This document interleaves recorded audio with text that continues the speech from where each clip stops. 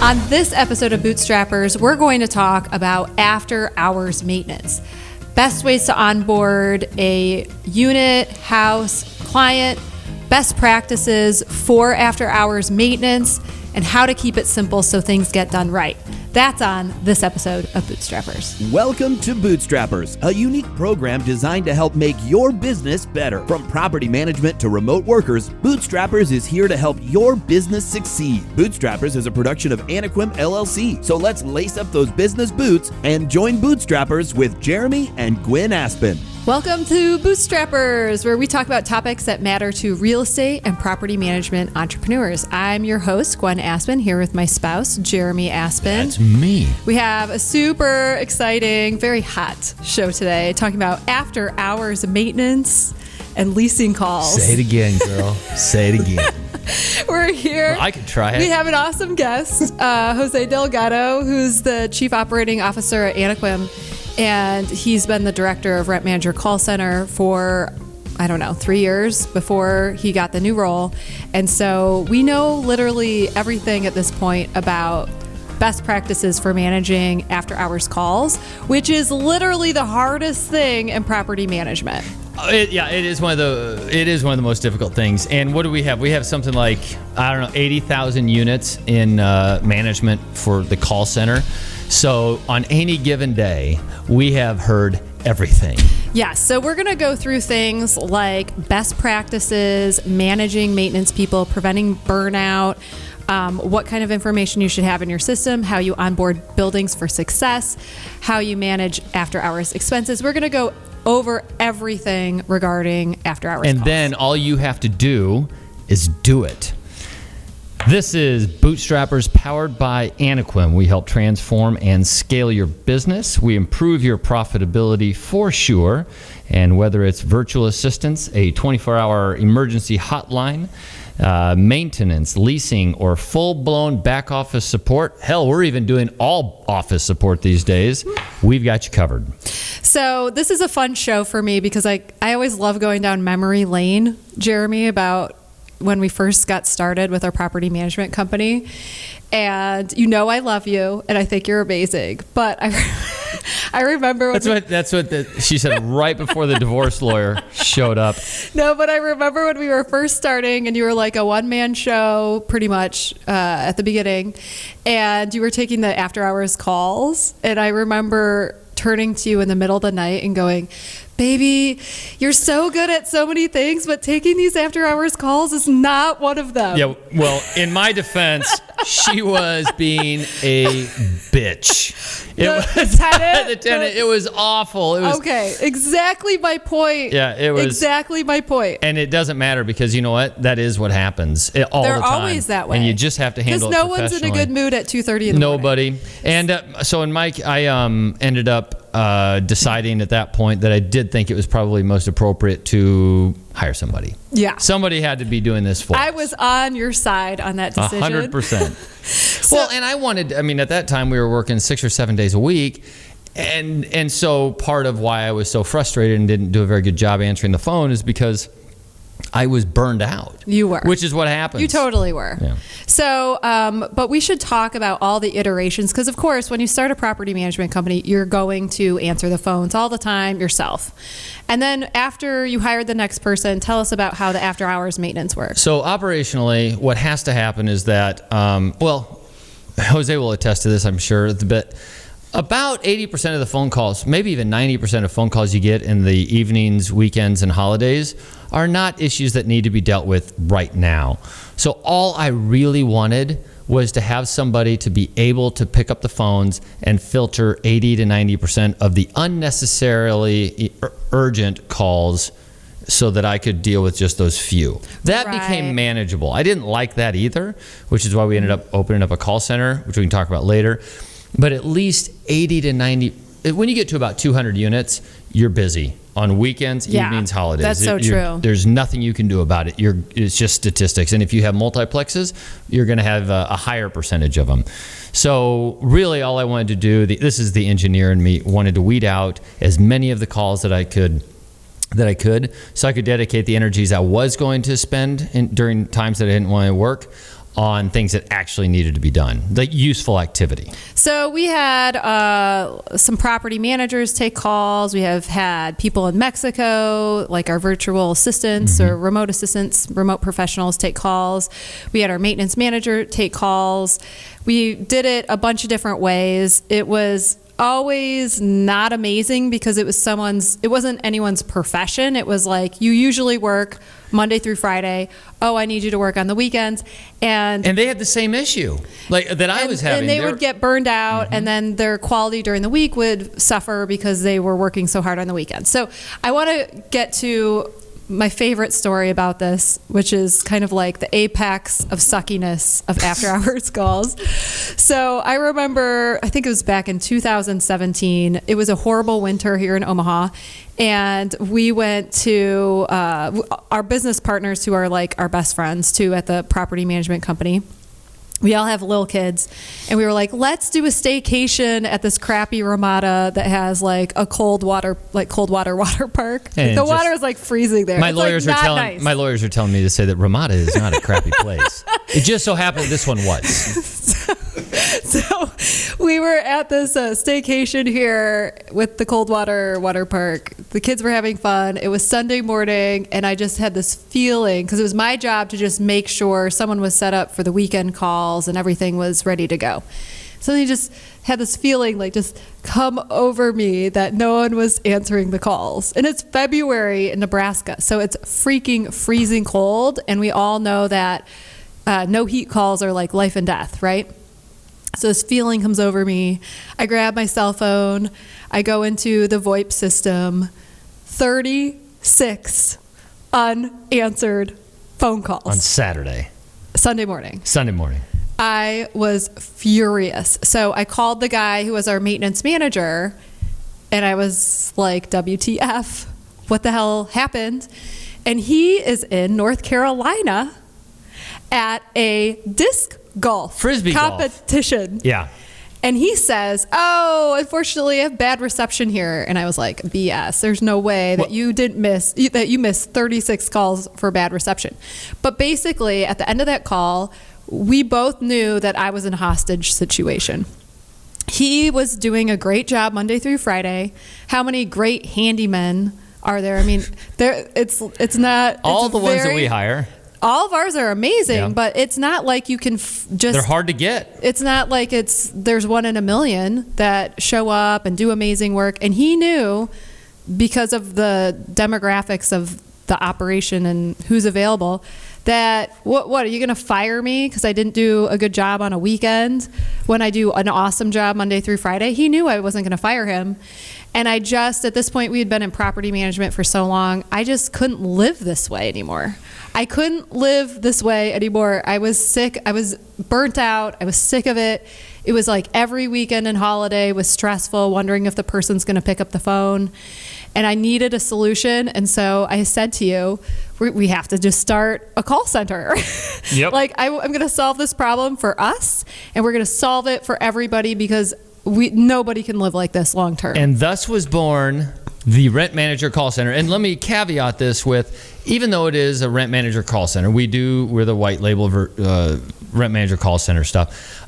These things that we're going to talk about today have everything to do with emergency calls. Yeah, it doesn't. Not Rent Manager. This isn't going to be an infomercial. This is just Right. about the difficulty of managing after hours calls. It truly is the hardest part of property management. Also, I think it's the biggest point of contention with owners and property managers is something goes wrong.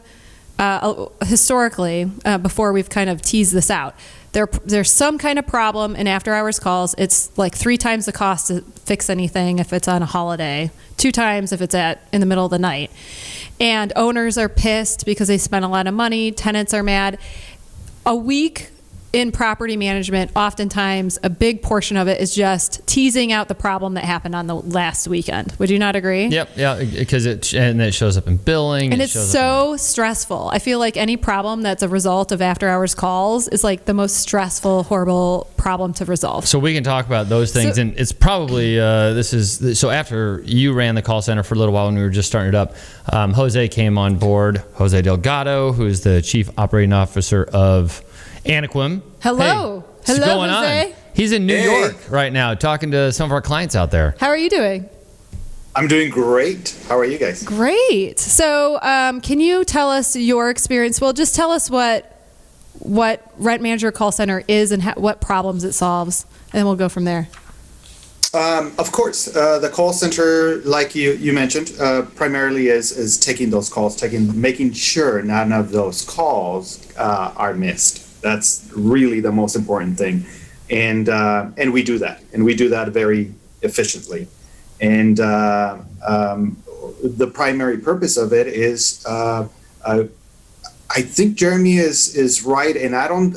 Based on the last statistics, it hasn't changed, regardless of how many doors we have. It's typically around 90%, maybe higher, of the calls that are not emergencies, especially on a Friday night in the East Coast. Really? They know how to go out and have fun. We get a lot of those. Can you please let me in? Can you please tell her that I'm sorry and let me in today? I don't have forgot my code. Like, are you in the lease? No, but can you tell her for me? There's a few of those. A Friday. But on a Friday, Thursday, maybe Friday, Saturday, not so much. But it's a Friday time. That weird. So I want to just bring up a key point that you just mentioned. So one of the things, whether you're in Rent Manager Call Center has an integration with your Rent Manager system. So if somebody's on we check and make sure someone's on the lease, and you have one database, so the information's right. And what happens, though, when people have two databases or like a call center that's not integrated with their system, is they don't have the right lease information.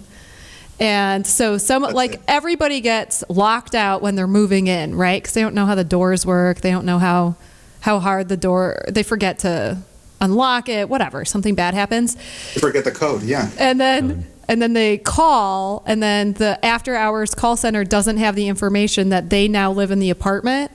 And now your move-in is a disaster because the person's moving in and they literally can't get into their own house for the weekend where the moving truck is there and their whole family came in to move them over. It's like literally the worst to move in. It happens. And it happens all the time. So I guess the point here is if whatever you're going to do for after hours calls, if you're going to have a duplicate database, make sure the information's always correct. Yeah.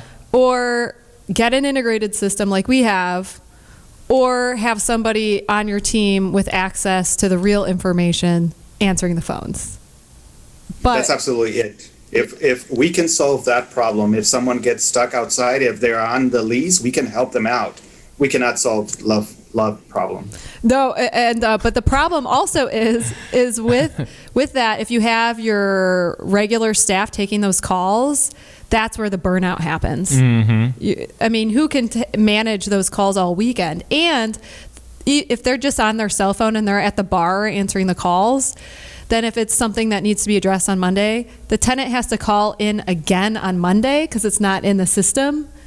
And then you're doubling efforts, and it's a bad customer service experience. So it's helpful to have somebody who's actually entering the system into your real system, the one that you use on a daily basis. So there's no additional data entry on Monday, and it's a good customer service experience, and you can get on it on Monday morning right away.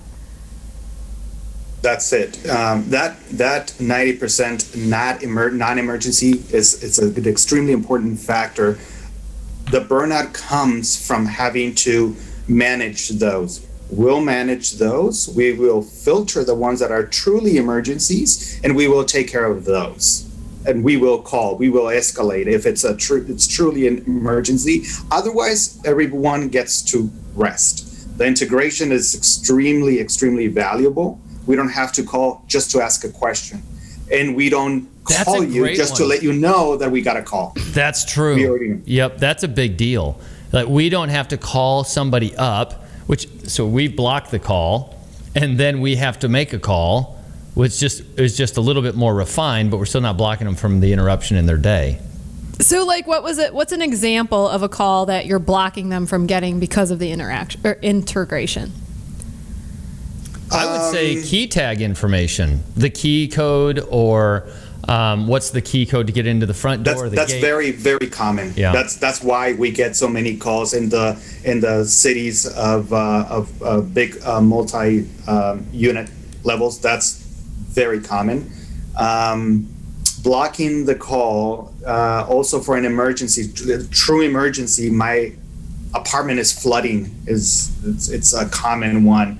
Okay, is it really flooding? Can you share a picture? Are you able to shut off the water? Can you tell us? It's just a few key questions to determine if it's truly an emergency, because it could be. Most of the time, it is not.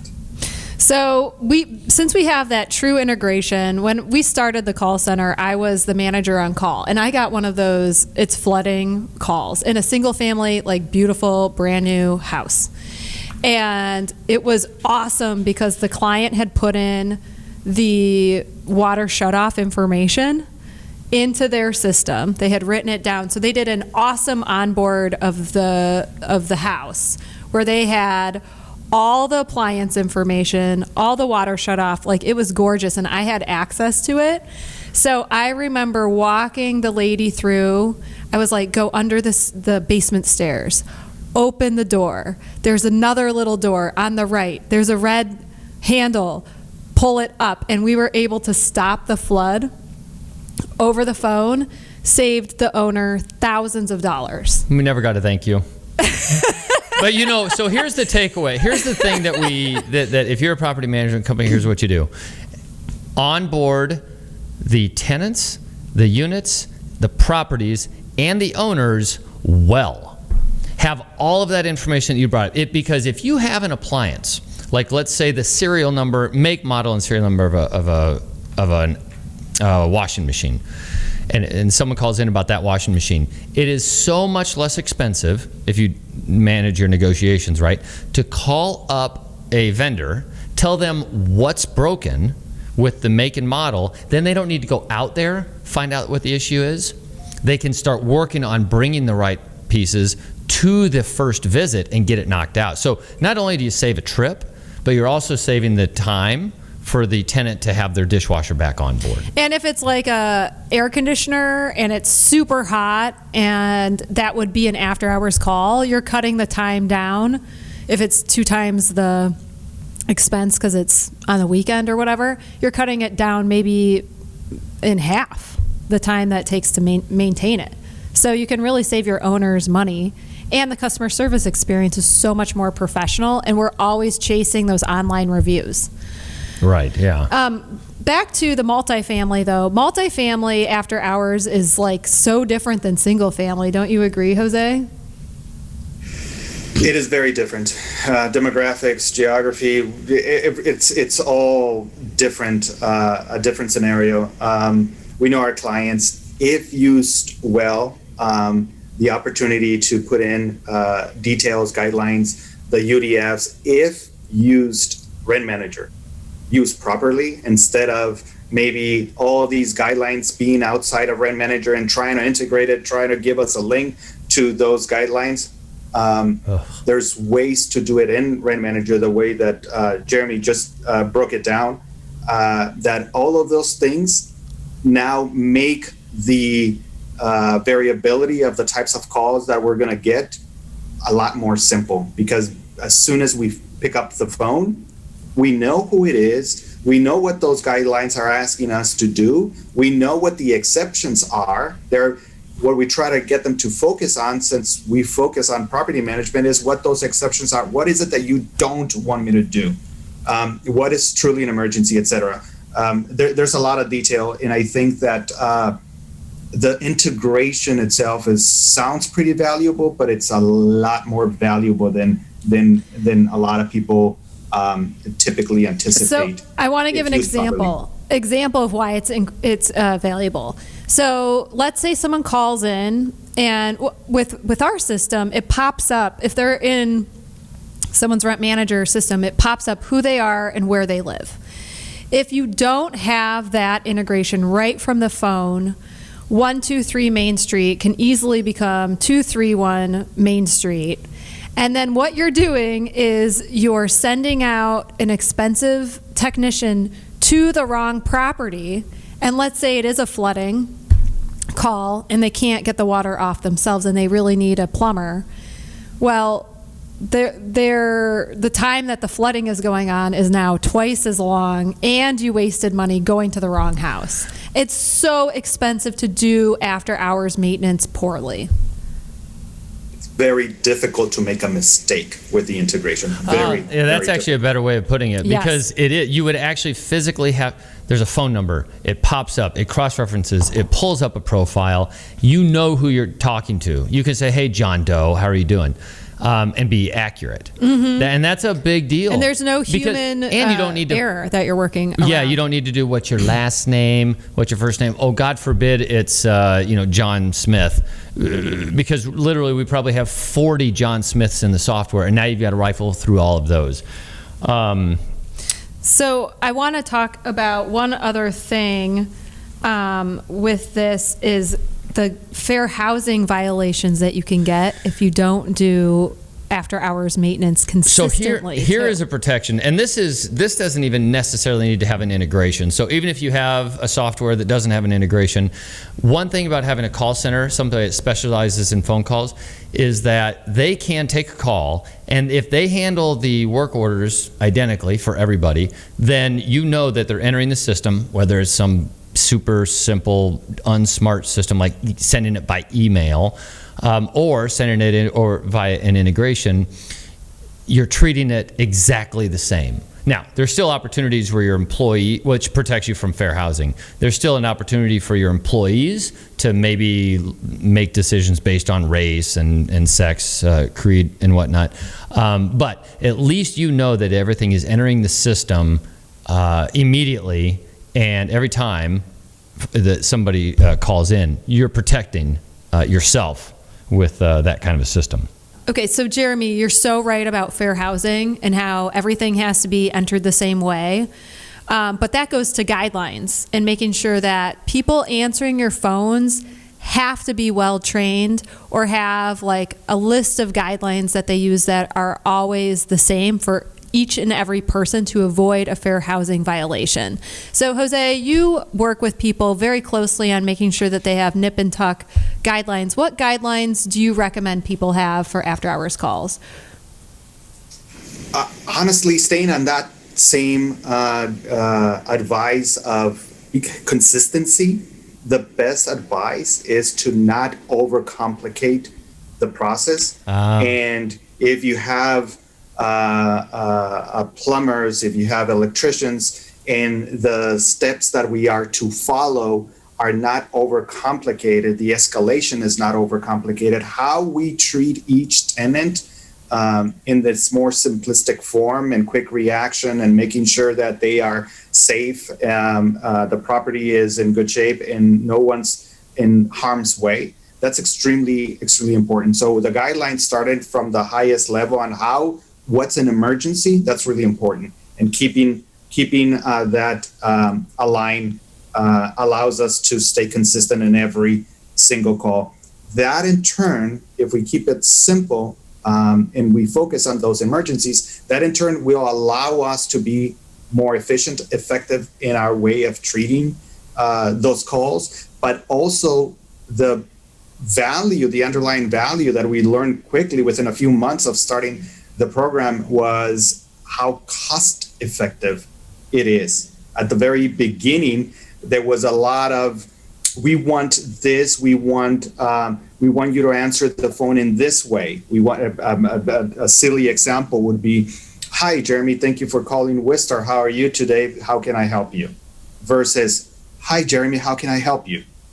Something really simple allows us to be consistent, allows us to stay within the guidelines of what we're supposed to do as property managers or representing the property managers. And lo and behold, it keeps the costs down significantly of operating. Significantly, it keeps it the way that we were operating at the beginning. We probably going that route, consistency and accuracy, simplicity, up to the escalation point, allowed us to compare to the beginning, the first 6 months, shave at least 50 to 60% in the cost. Ooh. It meant At the very least, it meant going from 7-8 minute call in average, we're averaging 2 minutes a call. Yeah. And saving and generally triaging them so that they can be handled on Monday, right?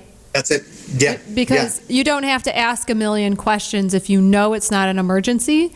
You can put the information into the software, and then on Monday, your customer service people go into their queue and see all the service tickets they need to follow up on, and they don't have to do the double data entry. If you have a third party that's not integrated in your system, you wake up on Monday with 25 emails where you have to find the entry, enter it into the software, and then your morning, somebody on your team, their morning is just entering in all the information from the weekend.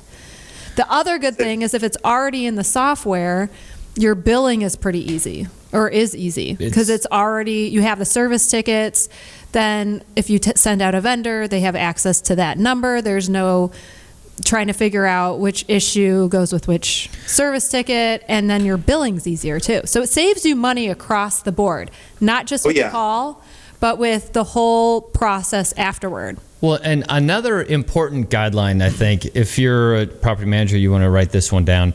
You need to make it so that your call center knows which utility company is in charge of that, the electricity or the gas, because there's a couple of things that you can do to save money, and one of those might be, my electricity is out, you troubleshoot a little bit, and you just tell them to call the electric company because the neighborhood's down and there's nothing that the call center or the property management company can do. But also, in the case of a gas leak, and this has happened, and we have documented saving lives in a couple of occasions, because one thing that we do as a call center, and we did this as a property management company, is that if there was a gas leak, we had a protocol which was to tell them to call the gas company.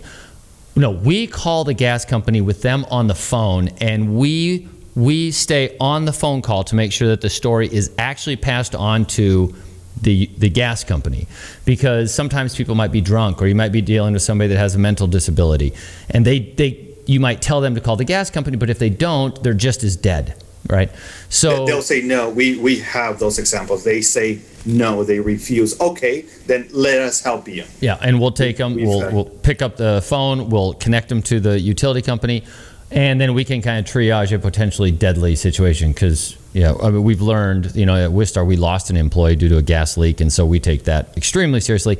And my point is that I hope no other property management company has to go through that. Take gas leaks very seriously. And there are some big emergencies. There's fire, there's gas leaks, there's carbon monoxide poisoning, right, Jose? And if you use a generic call center, because that's another option where you can people will just answer any kind of company's calls. Yes. And if you use one of those, they are not trained to handle actual emergencies at all. Like what happens if somebody calls in and says, hey, we found a dead body? Well, okay, what's the protocol? I'll make an email. I'll make an email. I'll send you an email, and then Monday when you open it up in care. We had the option of our clients sending us all their calls at any given moment, just turning everything on. Just the fact, the way that we're set up, just the fact that if they don't answer the phone, we will, whether it's after hours or not. We just went through this with Texas. The emergencies in Texas, and was it last year, 2 years ago, the earthquake in Alaska. They turned over everything to us. They just asked us to make really good notes, put everything in the system, take care of them, tell them, because they didn't have electricity, where the closest shelter was. That became the guideline.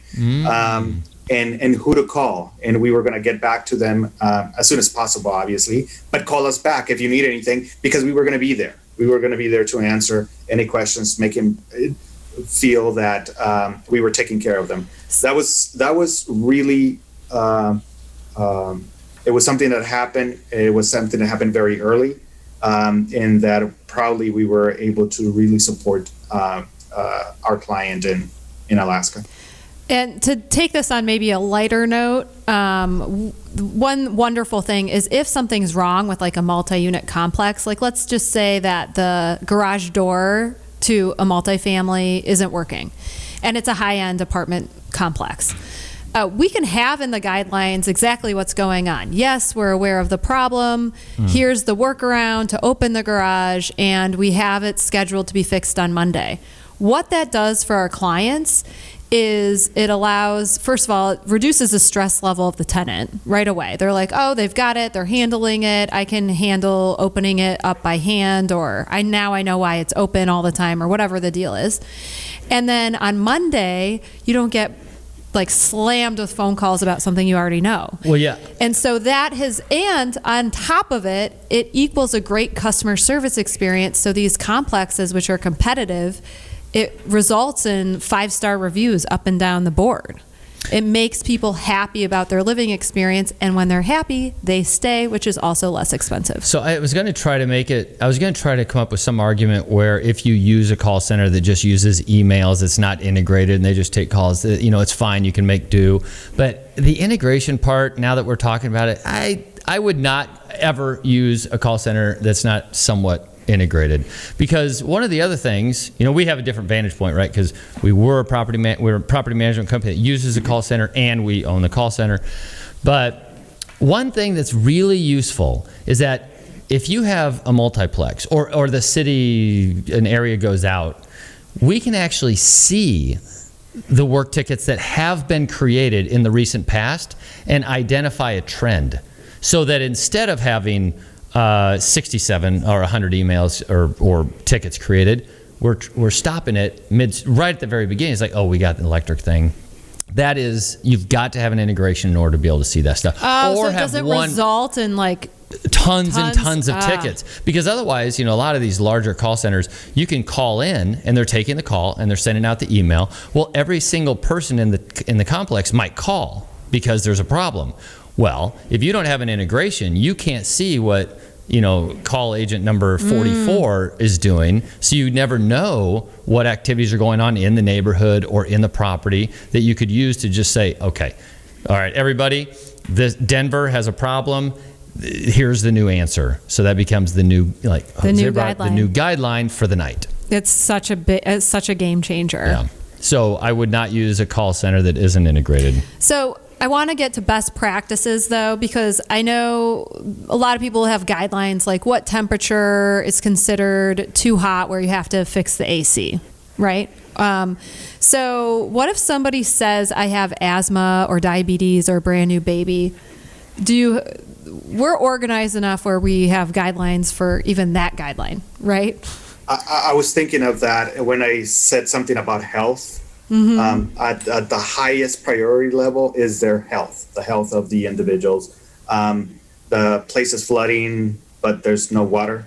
That wouldn't be an issue. But if they say my refrigerator went out, and that's not necessarily an emergency in this particular case, according to the guidelines, our line of question is to try and figure out, without giving them the answer, if there's an elderly person, there's a kid, there are babies in the house, and if that refrigerator, something is needed from the refrigerator, like medication. Medication, breast milk. Breast milk. That could be a health concern, turn into a health concern. We've had many of those cases. We do get questioned from the clients sometimes. Why did this call, being a refrigerator, turn out to be 15 minutes instead of a minute? We are able to, because of the integration and because of the phone system and NDT, we're able to go immediately back, reference it, and show them why. So we have the recording, we have the reasons behind it, and no more questions. And we're preventing, and honestly, I mean, you'd rather pay an extra, a little bit more for a 15-minute phone call than have a fair housing violation or American Disabilities Act problem. And because our people are, and our processes are trained for everybody, we're going to hit those points to prevent that from happening. And we all know the best way to, and it's good customer service too. So the best way to prevent any of those things is to just provide awesome customer service on the front end and then you don't have any problems. I want to throw out another tip and trick, something that we learned related to emergency calls and weekend calls. You can schedule a technician to not work Monday through Friday. You can have them work Tuesday to Saturday. And then you have somebody that's constantly available to get to work tickets right now, emergency or not. If there's an emergency, they can get to it right away, but it can also be building their work queue so they can just get some of the work done that same day. You don't have to have a Monday through Friday schedule. Yeah, we did do that at Wistar, didn't we? Yeah. And I do want to talk about finding good vendors, because you deal with vendors all the time. There are some good vendors and bad vendors. And even if the call center is amazing, if the vendors aren't great, things don't get solved, right? Do you have any words of wisdom on that front? I have to refer back to not making the process overcomplicated. We do have a lot of information thanks to the 100,000 calls that we get a month. We know a thing or two about that market, what's working. If we see red flags, we can see those red flags pretty quickly because there's a consistency there. There's a pattern with a vendor that is all of a sudden not, and it's not necessarily the vendor. It's one technician in that vendor that had a bad week or didn't show. It turns out to be, and we can. In our reporting, we can do diagnostics and see what those patterns are, and we find that it's a person that something happened, whatever happened, but didn't do well that week or that day, and created a bunch of issues that turned into problems for the client down the line. We're able to do that. We're able to look at those red flags, look at those trends or outliers in our reporting, and see if something is not going. Do we ever talk to a client and say, hey, you might want to consider changing vendors? I can't say that I have. I only point to the data, and they can read that information, but I can specifically recall going further in and knowing that it was actually a little bit more than that, that it was actually an individual that was dispatched that was called. Well, I do remember has happened a few times. A conversation we were having where the calls, like callbacks. So if you had some multifamily and there were supers or whatever, and you could tell the super wasn't doing well because people were calling twice for the same problem. And so I loved that you had like amazing data to share with the owner of the property management company. And you're like, you do you, but we get callbacks for like everything at this building, not this building. It was 38 times, so it was a big red flag that came up. So. But it's, when we get the callbacks, we know that, because we know the system works and we know that they're getting the information. So when we back up everything, so everything that we say we do, we can back up with an electronic record to ensure that that's the truth. And you can really see some employee problems when you have that data available to you. By all means, we're not perfect, but we are able to identify any time something doesn't go according to plan. We're able to identify the root cause, the immediate solution, and the long-term approach to it. And it's typically when we agree to something that it's a little bit more than the basics. When then rent manager works great. And we try to guide our clients to use it in a way that is the most efficient. So it's typically when we go outside of that approach that we could potentially get into some sort of trouble.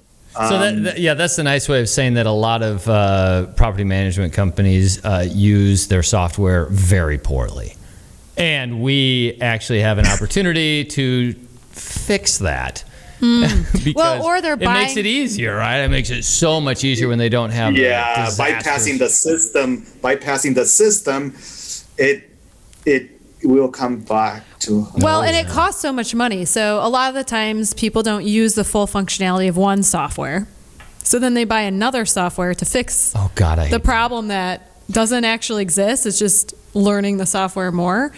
And when we complicate it, because then our maintenance is almost always, so like if you use a third-party maintenance software plus Rent Manager, and then the accounting gets screwed up. So then you're screwed up in QuickBooks. Yeah. And they need to reconcile everything. That's a whole nother topic. And now you're paying for 3 softwares. I hate that. So, I see it all the time.